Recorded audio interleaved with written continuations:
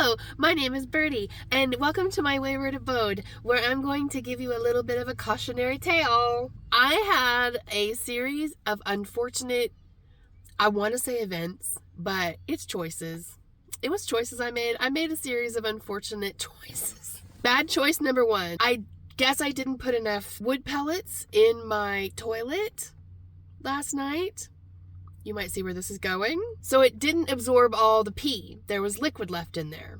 I didn't know that. Unfortunate choice number two. Usually when I first wake up, I'll, or when I'm ready to leave the van, I'll tie up the bag and get it ready to just throw out, right?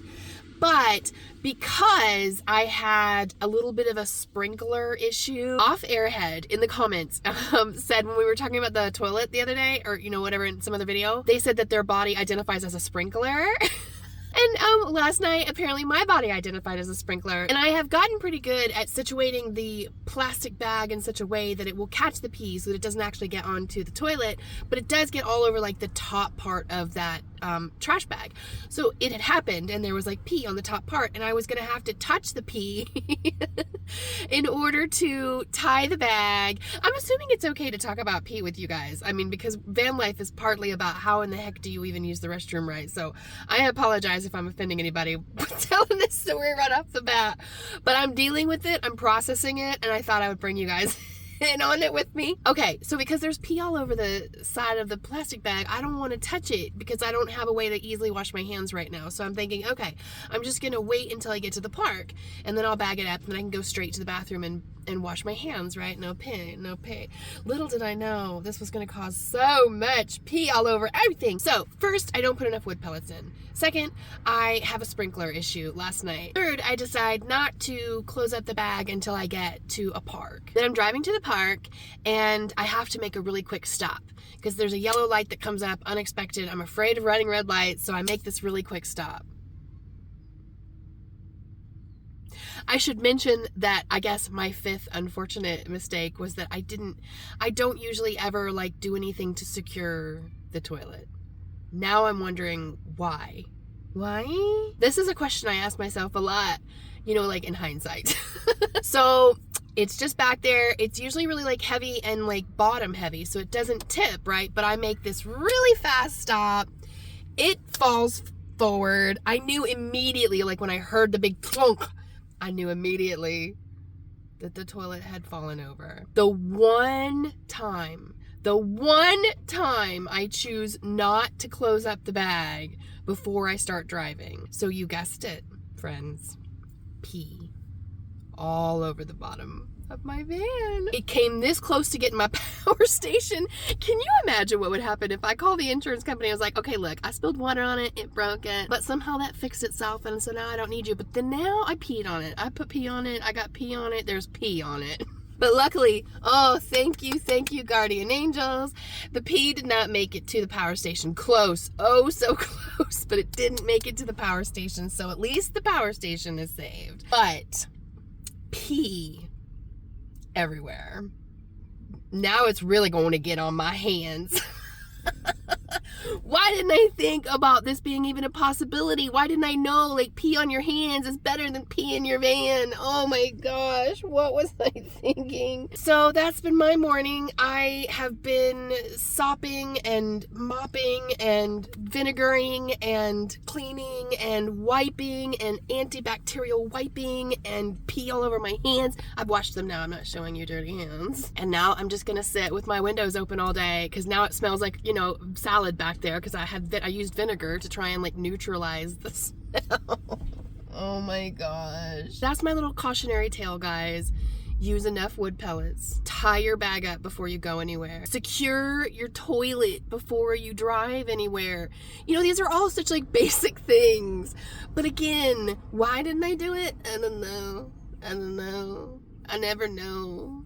The question why is almost never answered for me. We're gonna be all right, everybody. We're gonna be all right. Brand new spring foliage swaying in the wind. No. Tay in the wind. If I get to the park early enough in the day, I will wash my dishes in the sink because the sink is a luxury. let's get real. I won't do it if it's in the middle of the day. If I get here too late and there's like a lot of people around, I don't want to get in people's way, so I won't do it then. But if I'm here early enough, I bring my little bottle of water and Dr. Bronner's, I think it is, you know, that safe soap, scrubby pad, and the luxurious sink, which has paint all over it, but you know, it's just paint. Paint's sterile, right? I can't tell you how many times I have just walked out of Walmart now and not buying anything because everything I wanted was behind a glass door. Like, I gotta ask permission to buy something from you. I used the self-checkout so that I wouldn't have to interact with anybody, and now you can't even do that unless you're a member. They're trying to stop the stealing, but I feel like they're probably losing more money by like forcing us regular ass customers to like sit and wait and please, may I buy some deodorant? Every single thing I wanted this time, I got empty bags because every single thing I wanted this time was behind glass doors. What I want to know is how much money has Walmart lost versus how much money it's saved from doing this. Because everybody I've heard of is like, screw that. Although I did see an awful lot of people like waiting in line for somebody to come let them buy their shampoo. I thought this was a worm. I was gonna save it. I'm on my way to a massage appointment. It was all I asked for my birthday. It was in December. My daughter and my sister chipped in and bought me a massage. It takes me forever to actually make appointments, to get around to like making calls or doing anything like that. So I'm just now getting around to actually using it. But I'm on my way, and this is why I asked for it. And not only, you know, is a massage uber, you know, sweet, like super luxury, right? But also because one of the unfortunate like side effects of my like having this big drive to isolate myself is that I no longer get human touch. And I am one of those people, like, I think my love language, if that's actually a thing, love languages, I think mine is touch. I'm a toucher. I want to hug. I want to hold hands. I want to grab your arm. Human touch. And my daughter is not a human toucher. That's not her love language. Her love language is coffee. So she's not like a big hugger, cuddler, or anything like that. And she's the only person that I have any like consistent contact with, right? So I haven't had human touch. And please forgive me for not looking at the camera, but I'm driving, so I don't want to be unsafe. And I'm going to be late to the appointment. I meant to make this video earlier, but then, like, you know how it goes. I'm just now getting around to it. So I am about to go spend 90 minutes of my life being touched by another human being, and not in a creepy way. This is not a creepy thing. I'm not even interested in creepy type stuff anymore. Wait, I mean, I don't know if that makes any sense. This is not a sexual thing in any way, shape, or form. This is not a romantic, ooh la la type of thing. It's just human touch. I have been so starved for human touch, and I am getting ready to go spend 90 minutes with another human being touching me. And I don't know, maybe like that's super weird to say. I'm going to massage so I can get touched for 90 minutes. Now that I'm like saying it out loud, it sounds really bad. But I think you guys have to, like, some of you surely understand, right? Especially those of you whose love language is indeed touch. And especially those of you whose love language is touch and you ain't been touched in a while. So I'm about to go get touched for 90 minutes, you guys. I am so grateful. And my sister and my daughter are the best for giving this to me. I'll let you know how it goes. All that human touch I'm about to get. Well, that didn't go as expected. I really thought I was just going to get like gently massaged, and it was gonna, you know, I was gonna like melt into the table, and it was gonna be kind of like meditation without all that dangerous thinking. I didn't know it was gonna be like a workout. He pushed so hard. And here's the thing, I know that I'm supposed to speak up. I realize that. I fully understand. I'm supposed to speak up and say, yo, are you trying to massage my bones? What is happening here? But like, I was so afraid I would hurt his feelings. And that is like, you know, one of my brain bugs or whatever. So like, I couldn't tell him it hurts. The entire time it hurts. It's 90 minutes of pain. Please stop. I couldn't. I set it all up here. Outside, I was, calm, cool, and collected. And then he wanted to talk the entire time, like I just wasn't expecting that. He was trying to like fix things, he says that I put my head forward like that. He saw it right away and he needed to fix that. Then like when he's like on the bottom, he's saying, well, your leg doesn't flex this way, that way, so I need to like really dig into your butt. And he really, really dug into my butt. And he was talking, the whole time about like music and just like, various stuff. So it wasn't like meditation. And it wasn't like, I did get touched. I got touched, y'all. I don't think I want to be touched like that again. And you know what is oddly, awkwardly intimate? When like they're doing your feet and he puts his fingers through like your toes, in between your toes. That felt so weird. Sir, like everywhere else he touched me was totally normal. Like it didn't feel weird. And it wasn't inappropriate. Not in any way, shape, or form inappropriate. He wasn't trying, but it felt like he was trying to like read my soul through the in between my toes. And I didn't like it. I was trying to close the book. I think that massages are for people who are comfortable speaking up. I am not that person. Unless you've hurt somebody's feelings. If you've hurt my feelings or you've hurt somebody else's feelings, I ain't got no problem unleashing the bitch.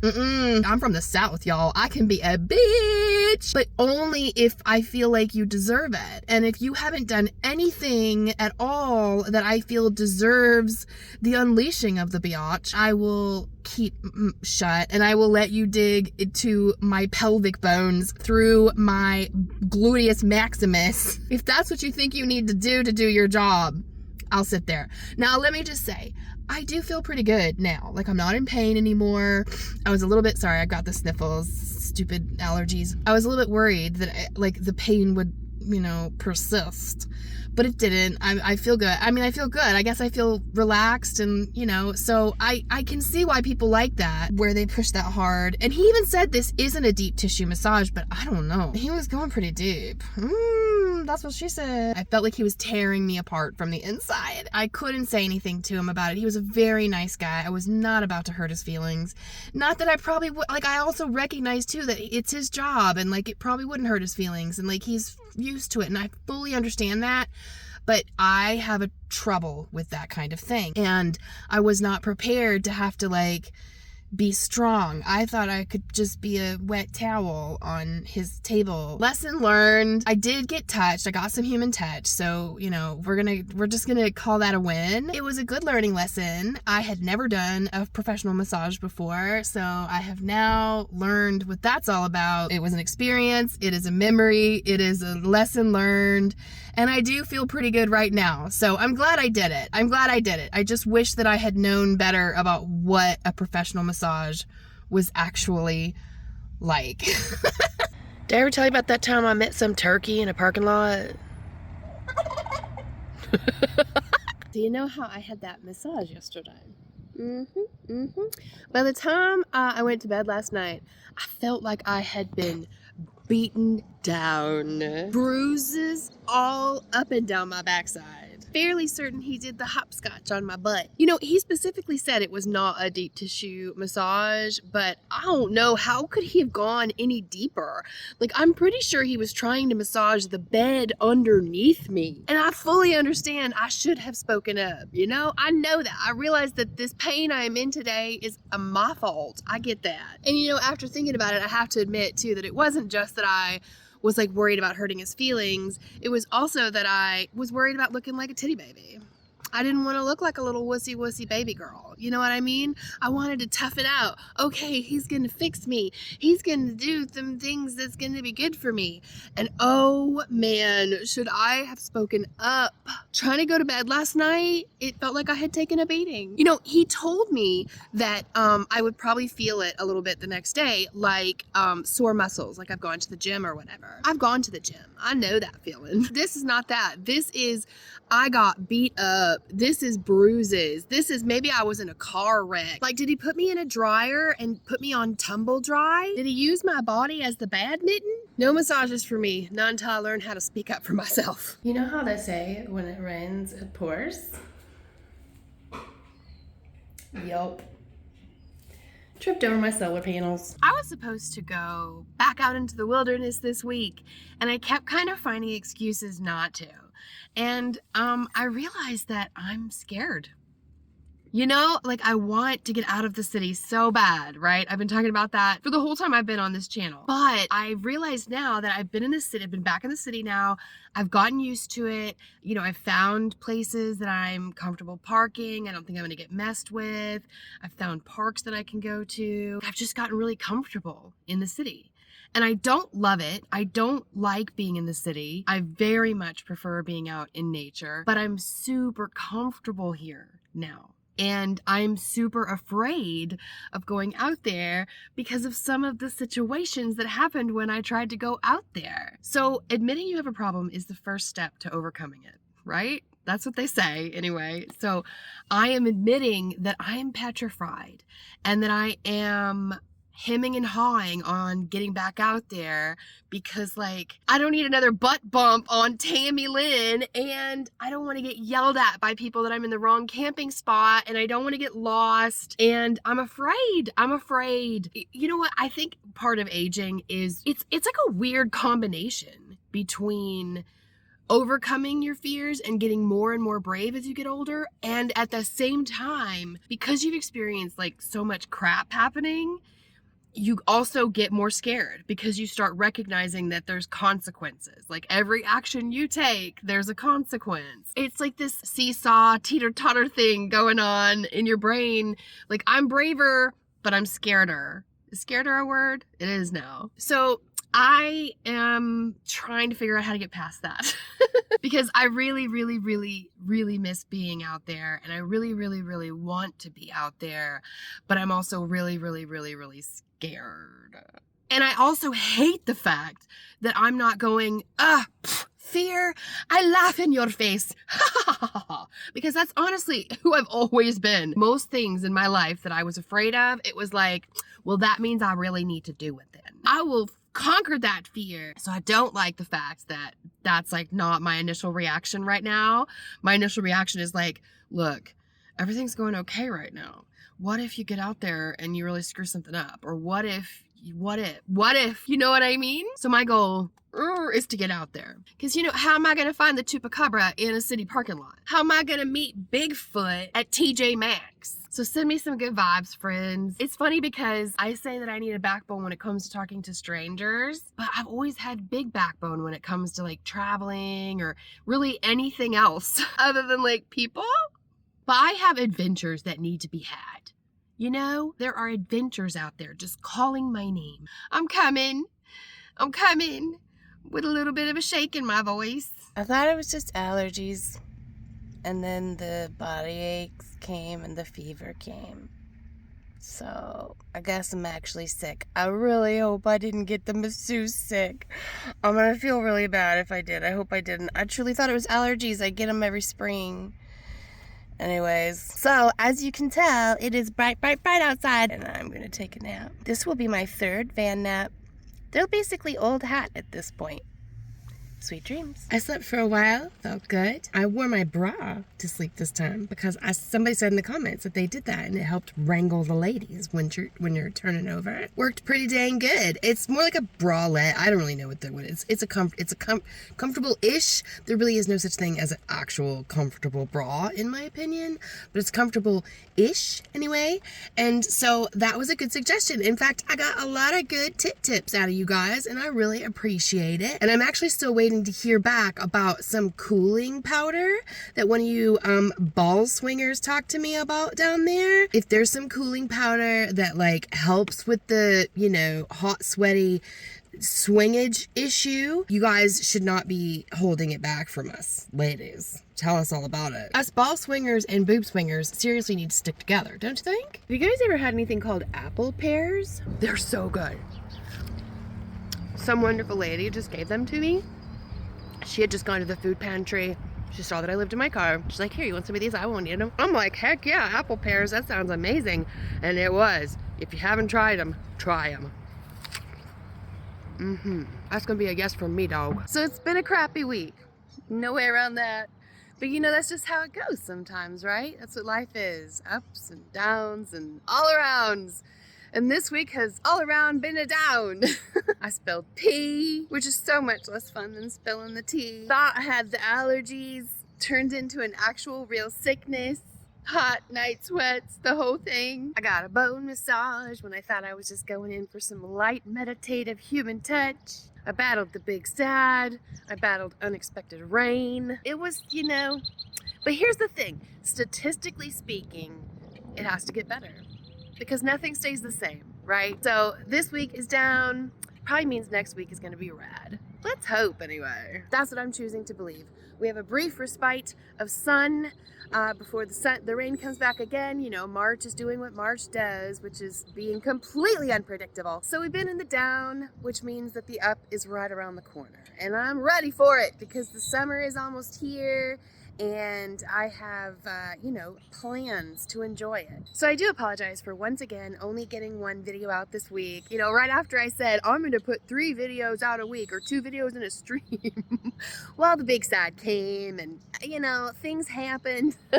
What is the thing? Like make plans and then God laughs or whatever. God or life or whatever laughed at me and said, ha ha ha ha ha. Your plans are so cute, Birdie. Let's see what actually happens. So I do apologize for only getting out the one video last week and again this week. Hopefully next week will be better. Again, statistically speaking, it has to be. So I'm looking forward to that. I'm gonna pick myself up. We're gonna try again next week.